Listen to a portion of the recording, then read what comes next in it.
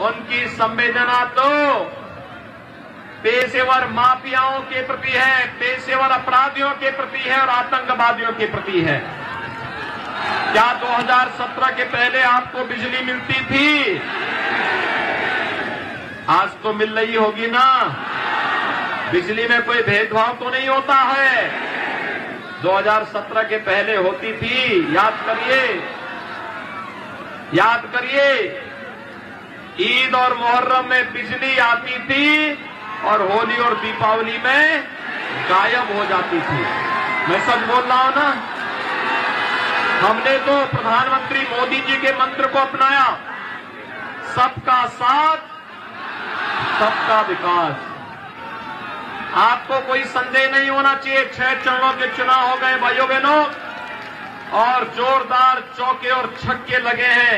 350 से विकसित भारतीय जनता पार्टी 6 चरणों में प्राप्त करने की ओर अग्रसर है। अगर आजमगढ़ जिला सहयोग कर लेगा भाइयों बहनों, ये 330 तक रिकॉर्ड जाएगा, 330 तक स्कोर पहुंचेगा।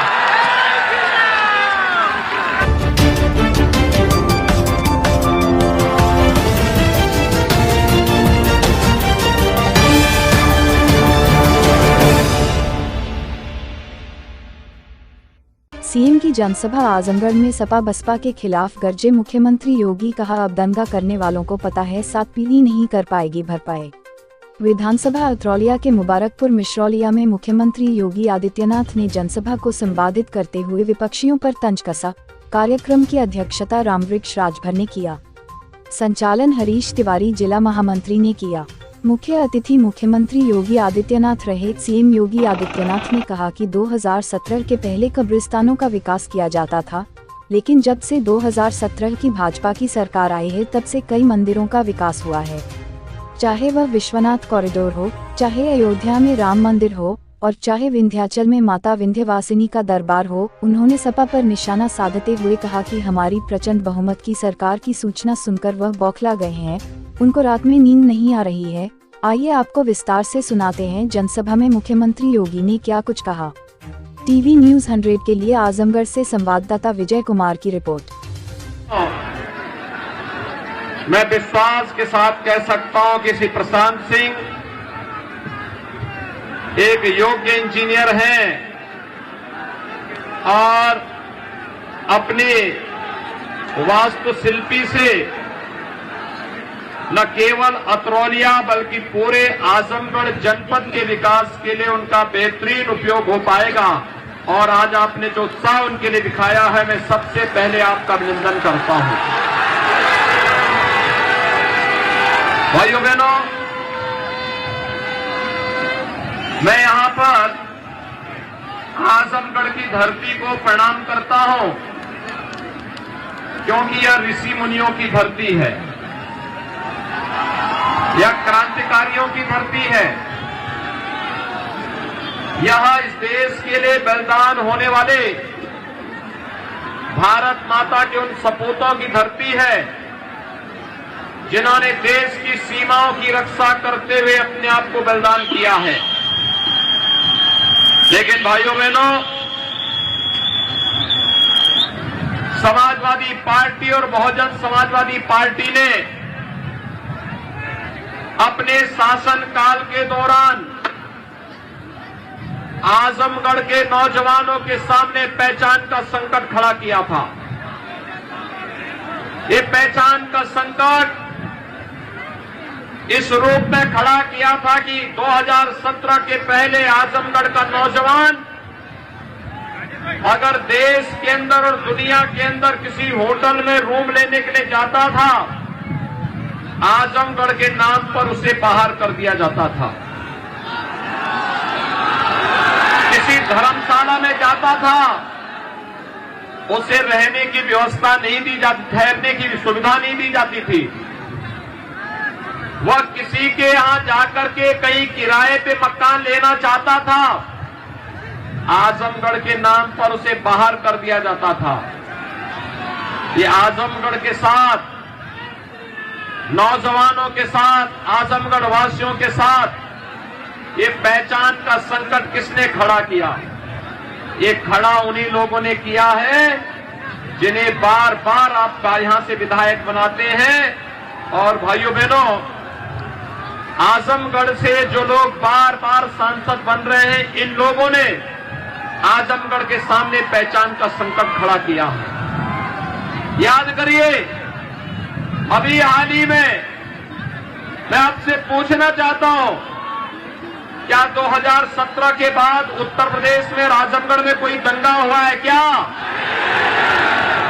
2017 के पहले तो आजमगढ़ भी सुरक्षित नहीं था, कोई पर्व और त्योहार नहीं मना सकते थे, अराजकता चरम पर थी, गुंडागर्दी होती थी और जिस तरीके से अव्यवस्था फैला करके जीवन के साथ खिलवाड़ होता था और किसी से छुपावा नहीं।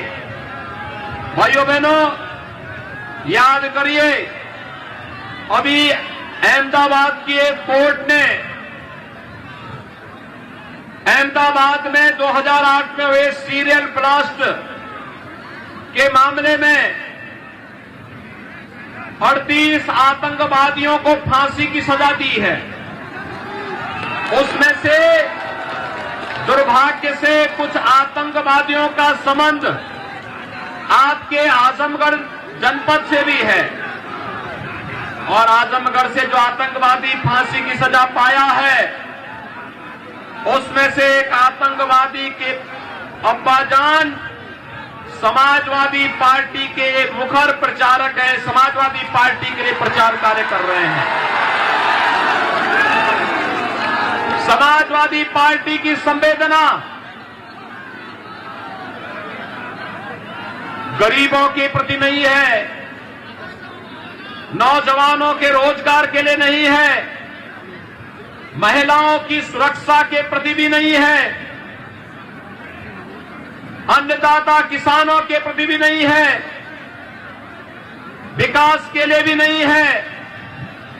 उनकी संवेदना तो पेशेवर माफियाओं के प्रति है, पेशेवर अपराधियों के प्रति है और आतंकवादियों के प्रति है। क्या 2017 के पहले आपको बिजली मिलती थी? अतरौलिया से जुड़े हुए भाइयों बहनों, मैं आपसे पूछना चाहता हूं, क्या 2000 मिलती थी? आज तो मिल रही होगी ना। बिजली में कोई भेदभाव तो नहीं होता है, 2017 के पहले होती थी। याद करिए, याद करिए, ईद और मुहर्रम में बिजली आती थी और होली और दीपावली में गायब हो जाती थी। मैं सच बोल रहा हूं ना? हमने तो प्रधानमंत्री मोदी जी के मंत्र को अपनाया, सबका साथ, सबका विकास, सबको बिजली, पर्याप्त बिजली। मिल रही कि नहीं मिल रही बिजली? कोई भेदभाव तो नहीं है ना? भाइयों बहनों, कोरोना कालखंड में जी रहे हैं, पूरी दुनिया के अंदर लाखों लोगों की मौत हुई है। मुझे एक बात बताइए, कोरोना कालखंड में फ्री में टेस्ट, फ्री में उपचार और सबको वैक्सीन, फ्री में वैक्सीन दी गई। कितने लोगों ने वैक्सीन ली है? वैक्सीन, कोरोना का वैक्सीन कितने लोगों ने लिया है? वैक्सीन का पैसा तो नहीं लगा। देखो, सच बोलना मुझे, वैक्सीन का पैसा नहीं लगा है ना। सपा और बसपा की सरकार होती ना, ये वैक्सीन सब बाजार में दिख जाती, किसी को मिलती नहीं।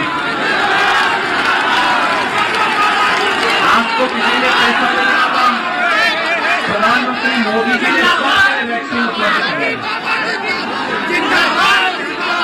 कोरोना कालखंड में गरीबों को महीने में 2 बार राशन मिला कि नहीं मिला?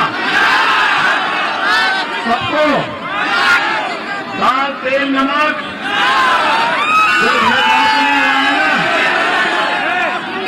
सपा की सरकार में ये खाद्यान्न कहां जाता था? समाजवादी पार्टी के गुर्गे सारा राशन खा जाते थे। और भाइयों बहनों, बहुजन समाजवादी पार्टी की सरकार के समय वाहन जी का हाथी का पेट ही इतना बड़ा था कि सारा राशन निकल जाता था, गरीब को कुछ मिलता ही नहीं था। आज तो फ्री में दवा भी है, फ्री में राशन भी है। ये बताओ, कोरोना कालखंड में आजमगढ़ का सांसद समाजवादी पार्टी का मुखिया है, कितनी बार उन्होंने आजमगढ़ का दौरा किया।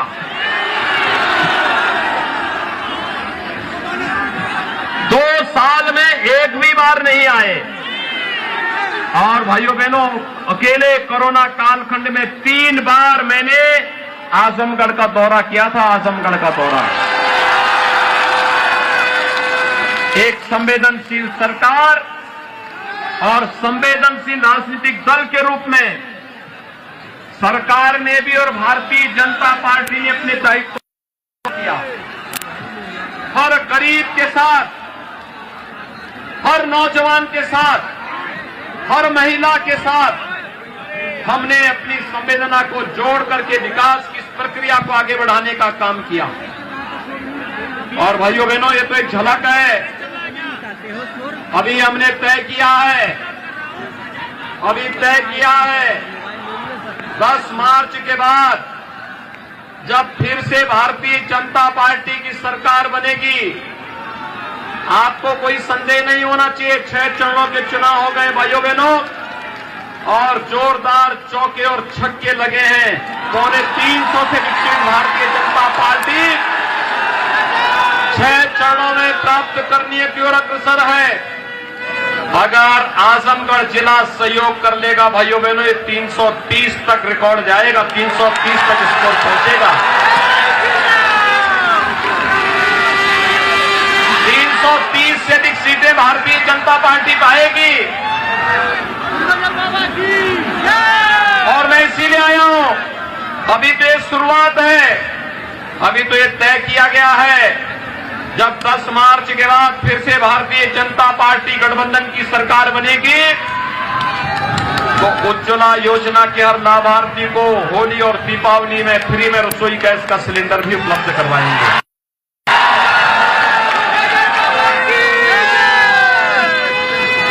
बेटी के जन्म लेने से लेकर के स्नातक तक पढ़ाई के लिए अब तक हम सरकार की ओर से भाइयों बहनों, अब तक हम सरकार की ओर से 15,000 रुपए का एक पैकेज 2017 से प्रारंभ किए हैं। अब मैंने तय किया है, सब सरकार बनेगी तो इस राशि को बढ़ा करके 15,000 से बढ़ा करके बेटी को 25,000 रुपया देंगे। कॉलेज जाने वाली हर मेधावी बेटी को स्कूटी उपलब्ध करवाने का काम भी करेंगे, फ्री में स्कूटी। और यही नहीं भाइयों बहनों, यही नहीं, बेटी की शादी के लिए, गरीब कन्याओं की शादी के लिए 2017 में मैंने प्रारंभ की थी मुख्यमंत्री सामूहिक विवाह योजना। 51,000 रुपए कन्यादान के लिए देते हैं। अब अगले 5 साल के अंदर 51,000 की राशि को बढ़ा करके 1 लाख करेंगे, 1 लाख। भाइयों बहनों, अन्नदाता किसान ट्यूबवेल का कनेक्शन लिया होगा, ट्यूबवेल के बिल को हमने भी आधा किया है और अगले 5 साल के अंदर इस ट्यूबवेल के बिल को पूरी तरह समाप्त करने की दिशा में हम कदम उठाएंगे। पिछले 5 साल में 5 लाख नौजवान को सरकारी नौकरी, 2 करोड़ नौजवान को रोजगार और स्वतः रोजगार के साथ जोड़ा गया और अगले तय किया अभी हम 1 करोड़ नौजवान को टैबलेट और स्मार्टफोन दे रहे हैं। Online education, online examination, online competition के लिए। लेकिन भाइयों बहनों, समाजवादी पार्टी ने कंप्लेंट की है, उनका तो नारा ही है कि सबका साथ लेकिन सफाई खानदान का विकास। उस इसके अलावा वे किसी का विकास ही नहीं चाहते। और भाइयों बहनों, हमने नारा दिया है सबका साथ और सबके विकास का। समाजवादी पार्टी ने शिकायत की है और हमने तय किया है, अभी तो 1 करोड़ नौजवान को टैबलेट स्मार्टफोन दे रहे हैं, 10 मार्च के बाद 2 करोड़ तक पहुंचाने का काम करेंगे। Digital access free, Sapa Basapa के लोग परेशान हैं क्योंकि इन्होंने तो वृद्धजनों की पेंशन को, विधवा महिलाओं की पेंशन को, दिव्यांगजनों की पेंशन पेंशन मिलती थी उस समय रोक दिया था। हम पेंशन बहाल किया और पेंशन बहाल 12,000 रुपए सालाना पेंशन की जनों के लिए की, विधवा महिलाओं के लिए, दिव्यांगजनों के लिए की। और भाइयों बहनों, वर्तमान में हम लोग प्रदेश के अंदर 1 करोड़ परिवारों को पेंशन दे रहे हैं रुपए सालाना है। अगले 5 साल के अंदर इस राशि को बढ़ा करके 12,000 रुपए से बढ़ा करके 18,000 रुपए सालाना करेंगे। सपा बसपा के लोग परेशान हैं कि पैसा कहां से आया है। मैंने कहा देखो, पैसे की कमी नहीं है, नियत की कमी है, नियत साफ होनी चाहिए। एक दिन समाजवादी पार्टी के एक नेता मुझसे बहस करने लगे, साहब आप लोग अपने विकास को गिनाते हैं, हमने विकास कराया। मैंने कहा भी कौन सा तुमने विकास कराया बताओ। तो मुझसे क्या कहते हैं हमने विकास कराया। मैंने कहा विकास बताओ कौन सा तुमने कराया है। कहा साहब हमने गांव गांव में बाउंड्री वॉल बनवाई है। समाजवादी पार्टी का विकास क्या है? कब्रिस्तान की बाउंड्री। और भारतीय जनता पार्टी का विकास क्या है? पूर्वांचल एक्सप्रेसवे। आजमगढ़ पूर्वांचल एक्सप्रेसवे से जुड़ गया है ना, गोरखपुर लिंक एक्सप्रेसवे, आजमगढ़ में विश्वविद्यालय और आजमगढ़ में एयरपोर्ट भी बन रहा है कि नहीं बन रहा है?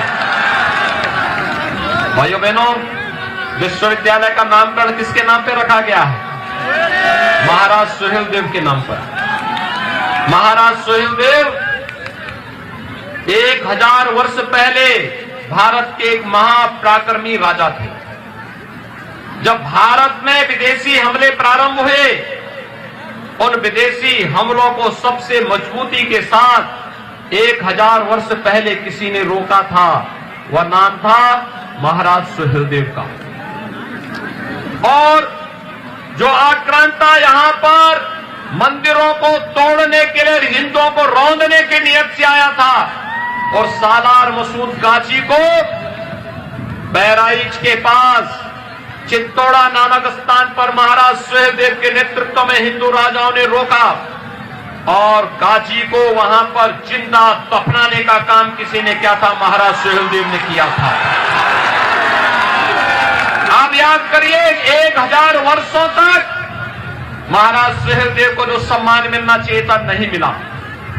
लेकिन हम प्रधानमंत्री मोदी जी के, जिन्होंने महाराज सुहेलदेव को सम्मान दिया, उनके नाम पे डाक टिकट जारी किया, उनके नाम पे एक्सप्रेसवे प्रारंभ की, और यही नहीं, महाराज सुहेलदेव के नाम पर मेडिकल कॉलेज महाराज के नाम पर किया, और उन्होंने सालार मसूद गाजी को जिंदा दफनाया था। उस स्थान पर महाराज सुहेलदेव के भव्य स्मारक को बनाने का काम भारतीय सरकार कर रही है। और यही नहीं, आजमगढ़ के राज्य विश्वविद्यालय का नामकरण भी महाराज सुहेलदेव के नाम पे हम लोगों ने किया है। भाइयों बहनों, महाराज सुहेलदेव का अनुयायी गजनवी और गौरी के अनुयायियों को कभी वोट नहीं देगा, वो देगा राम के अनुयायियों को वोट देगा। राष्ट्रवाद के साथ खड़ा होगा, वह जातिवाद के साथ कभी खड़ा नहीं हो सकता। और इसीलिए मैं अपील करने के लिए आया हूं। हमने तो विकास कराए हैं, अयोध्या में भगवान राम का भव्य मंदिर का निर्माण हो रहा है कि नहीं हो रहा है?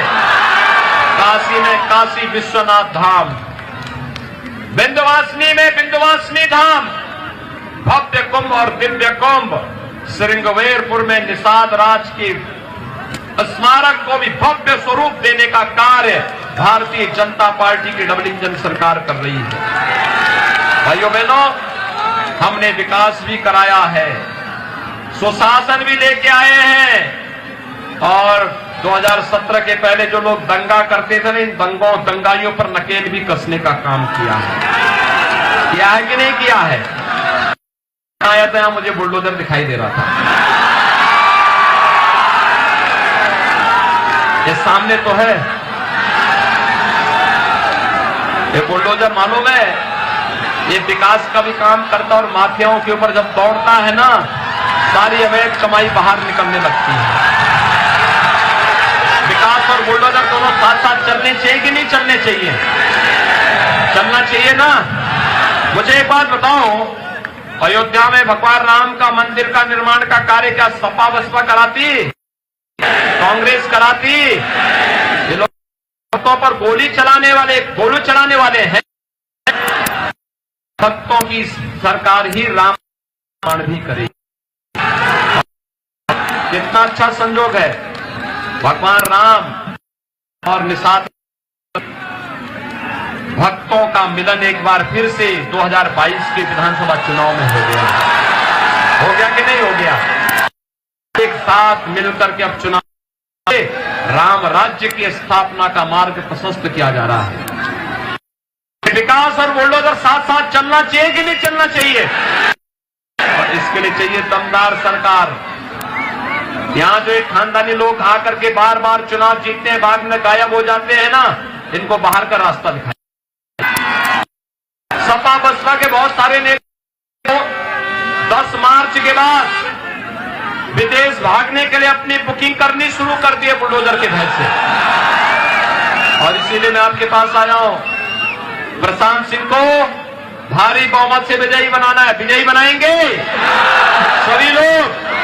सड़क के उस पार भाइयों बहनों, आजमगढ़ जिले में 10 सीटें हैं, 9 पर भारतीय जनता पार्टी है, 1 पर हमारा सहयोगी दल निषाद पार्टी लड़ रही है। भारतीय जनता पार्टी के प्रत्येक कार्यकर्ता से मेरा आग्रह होगा, वह अपने सहयोगी दल के प्रत्याशी के पक्ष में ज्यादा से ज्यादा वोट पोल करवाने में अपना योगदान देंगे। और बाकी मेहनगर से श्रीमती मंजू सरोज, लालगंज से श्रीमती नीलम सोनकर, दीदारगंज से कृष्ण कुमार विश्वकर्मा, फूलपुर पवई से राजभर, निजामाबाद से मनोज यादव, आजमगढ़ सदर से अखिलेश मिश्रा, मुबारकपुर से अरविंद जायसवाल, सगड़ी से वंदना सिंह, गोपालपुर से सत्येंद्र राय और अतरौलिया से निषाद पार्टी के प्रत्याशी के रूप में आपके बीच में श्री प्रशांत सिंह। इनका चुनाव चिन्ह है भोजन भरी थाली। क्या है?